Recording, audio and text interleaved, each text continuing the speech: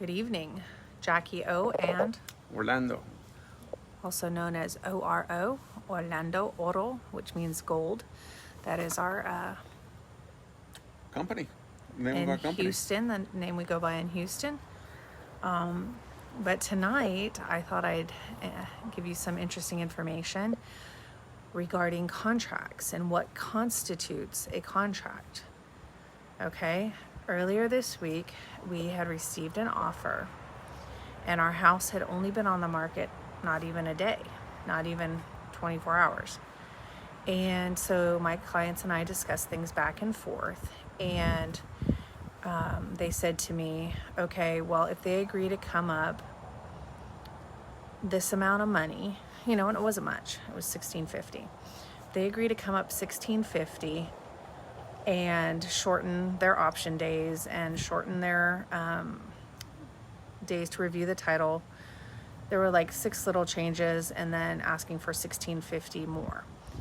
And so we were going to initial it and send it back, but we weren't sure if they were going to agree to it. And since the house was new on the market, they didn't want to sign anything until they knew if the people would agree, because otherwise they would be kind of locked into that counter offer if the people did agree.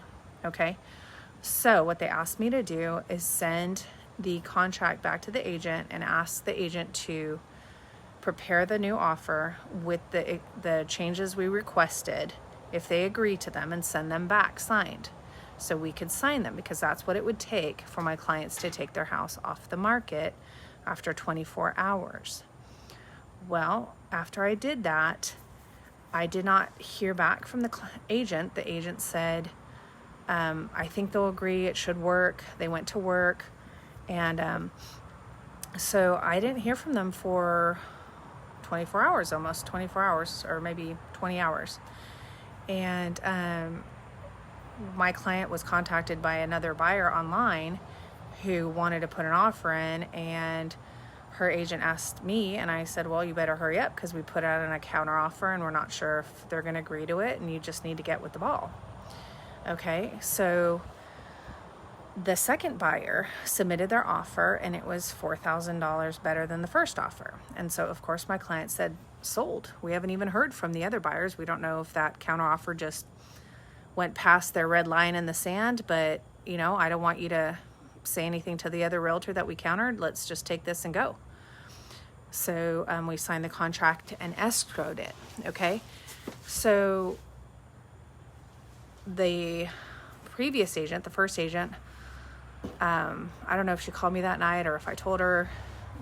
I just said, look, another offer came in. I told you this morning that we were expecting another offer to please get something back to me in writing so that we can make it happen. I wanted to give her the opportunity. I said, look, my clients want to give your clients the first opportunity to make this happen, but they're not responding, so better hurry up. So they didn't respond. I didn't hear from them till the following evening. So I sent an email the night before, and I didn't even hear anything from the first buyer's agent until the next evening after we had accepted this other offer. And so the next morning I woke up to a text saying, oh, my client's really upset. They were up all night reading about offers and counter offers, and they're going to sue. They want to sue, and they want to report you to the ethics committee. And I said, well, don't worry. There's nothing to sue about, and there's no breach of ethics. I did my fiduciary duty, which is my duty to protect my clients and serve their best interests and do what they asked me to do, as long as it's ethical. Mm-hmm. And so to explain this is this: you do not have a contract unless all parties have signed the agreed upon document and returned it. Okay, so this is what's crazy, guys, and don't get overly confident. Okay, I took this class with a lawyer. Okay, and the lawyer said you could be sitting across the table from that other realtor, and let's say the buyer in this case, and said, you know what, I think, yeah, we'll agree to that. and we could take the paper across the table, sign it, and then look at each other and go, you know what? No, I don't think I'm ready for that yet. I don't want to move ahead with that yet. And then if we keep that paper and don't hand it back to them, then that contract is not valid. Okay? Because we never returned it to them, and now it's not enforceable. Okay? So understand this. I can agree to your counter offer. I can send you a counter offer. But see, when I sent the counter offer, we didn't initial it. We didn't sign it. So even though we told them what would be acceptable, my clients did not want to sign anything until they knew that it was going to go ahead. Okay? So in this case, even had I sent the counter terms over to them and I highlighted them, we didn't initial anything. So when they try to send it back after the fact, it still wasn't valid because we hadn't initialed or signed the changes. Okay, so it's very critical that you understand this. We have a very, very, very, very hot market right now here in Corpus, and I think in Houston too, Houston right? too. So it has to be it is called a binding agreement.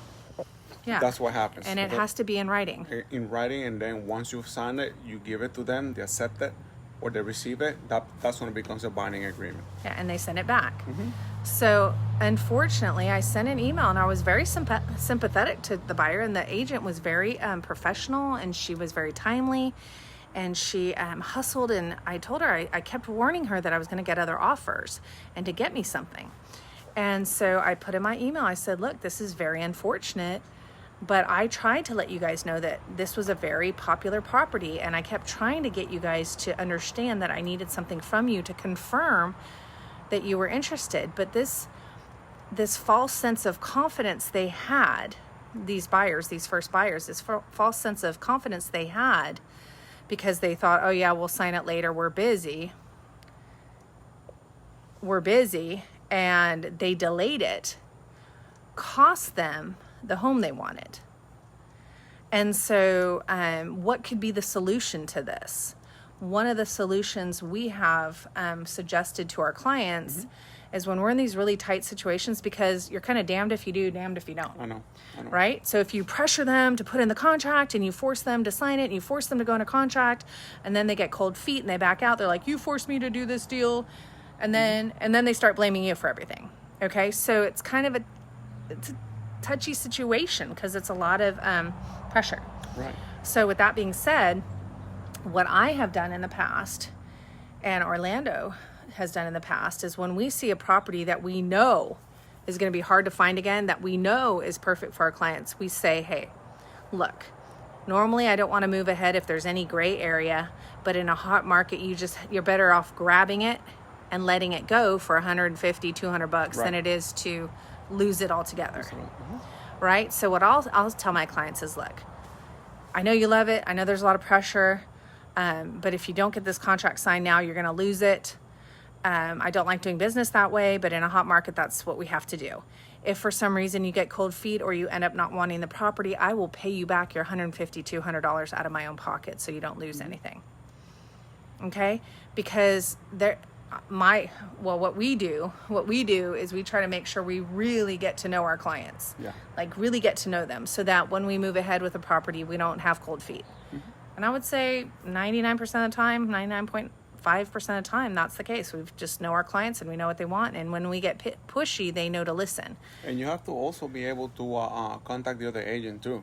Call them, send them a text, hey, there's an offer coming your way. We have a proof of funds. We have everything together. Just hold on and wait for me. And just keep following up with them. Yeah, well, and that's when you're buying. But in this case, the buyer assumed he had a contract when he hadn't had anything signed. Nothing was agreed on. But he assumed that we had a deal, even though he didn't confirm it, sign it, and we didn't sign anything. And so then he said, he was saying I was unethical. And I said, no, I'm very ethical. I kept updating your realtor that we were getting an offer. I told him we were having more showings. And I did what was ethical. I did what the board of realtors says is my primary duty, which is to take care of my client my client's best interests and do what they want me to do to take care of their best interests. So just make sure that you have everything in writing. When it's a very hot market, secure that house, get that option secured, sign it immediately. Don't let anyone delay, seller or buyer, because you can lose it. So it's a really good lesson, guys. You signed by all parties, push back. Okay, you changed the date, you change one thing out of that contract, it's not, it's a different contract. It's no. So it's considered a new contract. So you said, well, we only changed the closing date. We have a contract. No, you changed the closing date. Now we have a new contract and I can say no. So be careful, know your stuff, make sure you have a realtor that knows their stuff, because my heart broke for these people. They were so mad and so upset. And I'm very empathetic, but I was like, your delay caused you the house. So anyway, God bless you. Have a great day.